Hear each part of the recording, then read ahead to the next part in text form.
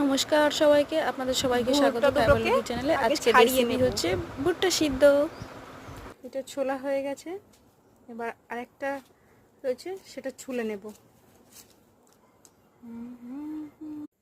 এটা দেখে কি মনে হচ্ছে? এটা মনে হচ্ছে মাতাম দিচ্ছে, হট্টি বলো হট্টি বলো হট্টি বলো হট্টি বলো।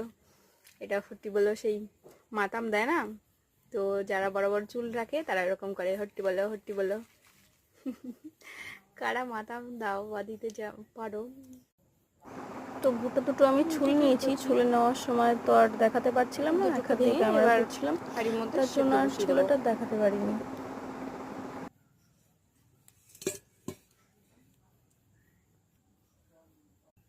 জল দিয়ে দেবো।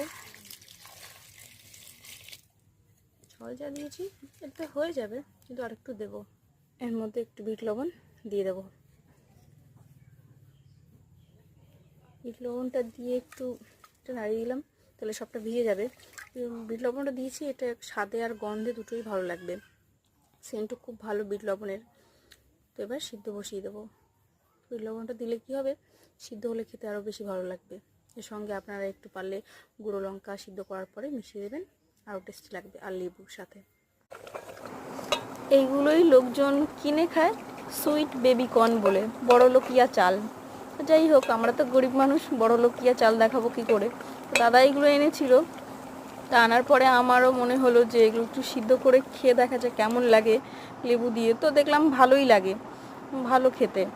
তো তোমরা এইভাবে খেয়ে দেখো, ভালো লাগবে, সত্যি ভালো লাগবে। তো পুড়িয়ে তো অনেকেই খায়, বেশিরভাগ মানুষই পুড়িয়ে খায়।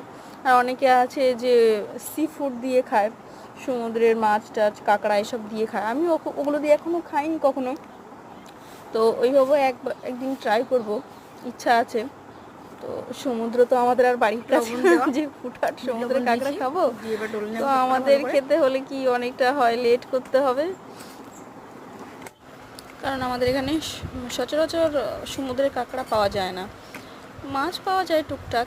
তো আমাদের এখানে দেশি কাঁকড়া পাওয়া যায়, যেহেতু চাষের জমি চাষ হয়ে গেছে। তো এই দেখো লাস্ট পর্যন্ত হয়ে গেল, খাওয়ার জন্য তৈরি।